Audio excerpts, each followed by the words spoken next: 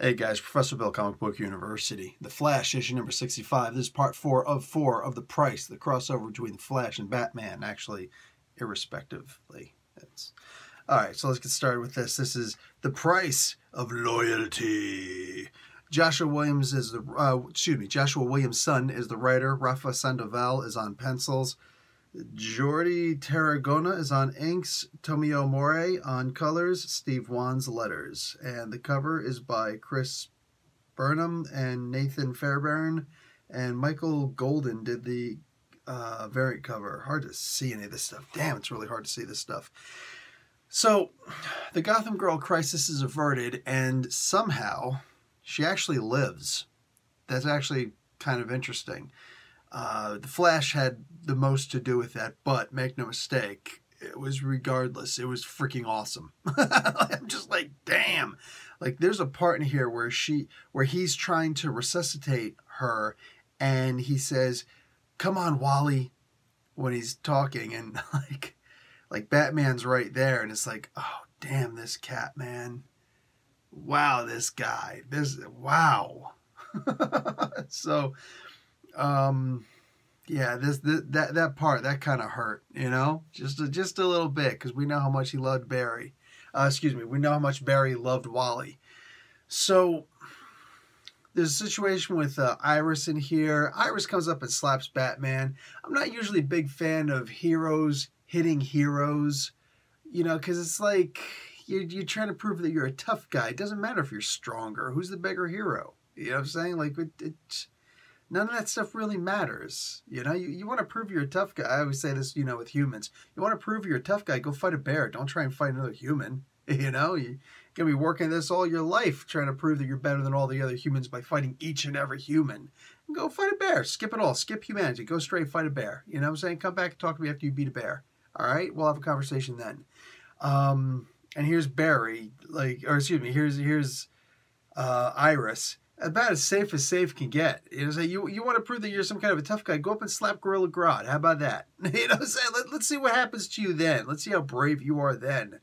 So she goes up and slaps Batman. I'm like, man, that's just not even cool. Like, we don't need any of that. I don't need to see stuff like that.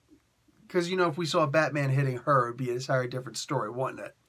So later on, we wanted, like, everybody's trying to hit Batman, because at one point the Flash comes up and, like, he's sitting there hitting everything he possibly can to insult Batman. Everything he possibly can.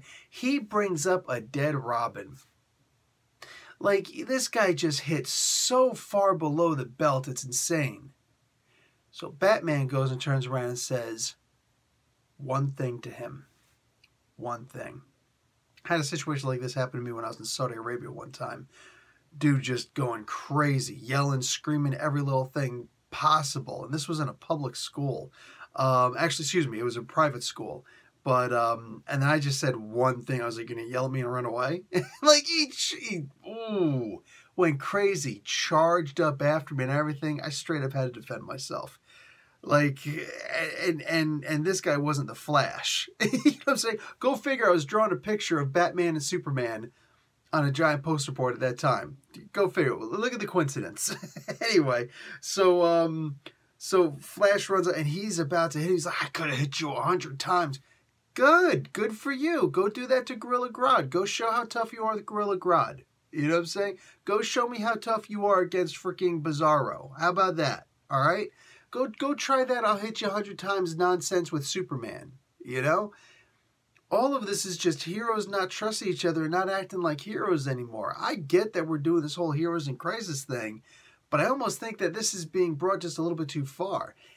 The comic book was great until the epilogue. Yeah, I'm going to touch on the epilogue a little bit, because at one point Superman shows up. You know, and so that's why you can tell right in the beginning of the comic book, because, like, with special thanks to Joe, the family of Joe Shuster. It's like, are you really, like, there goes the surprise. Anytime Batman or, you know, Superman's going to show up, there goes the surprise. But anyway, yeah, I don't know, man. There's a part where Superman shows up and he's talking to Batman, and he's like, "I don't know if I trust you, Batman." "Oh, I'm sorry, you kryptonite jackass." Who was the jackass whose wife went and just gave away the secret of all these heroes going to the sanctuary. Oh, and you knew all about it down to the very second you were listening to when the news got released. I'm sorry, who was that again? Oh, that's right, you untrustworthy alien ass. All right, how about that? Let's have a conversation about that, Superman. Sorry, when these books don't seem to make sense, when you've got like the least trustworthy member of the Justice League talking about, I got trust issues with you, Flash, take care of my handiwork. Like, oh man, that actually got me physically. I was a little bit emotional on that. I was mad. I'm just like, mother, what? It's a piece of paper, man. That's all this is. It's a piece of paper with colors on it. You know what I'm saying? Like lines and colors. That's it. Don't get mad. Don't get mad. But yeah, I was mad. like, tell me you did not just have Superman say that. Anyhow, this was kind of like a big lead-in to what we're going to have in the future. What's this thing called? The Villains Society or something like that? Come on, man, turn the page. DC's Year of the Villain, which is coming soon.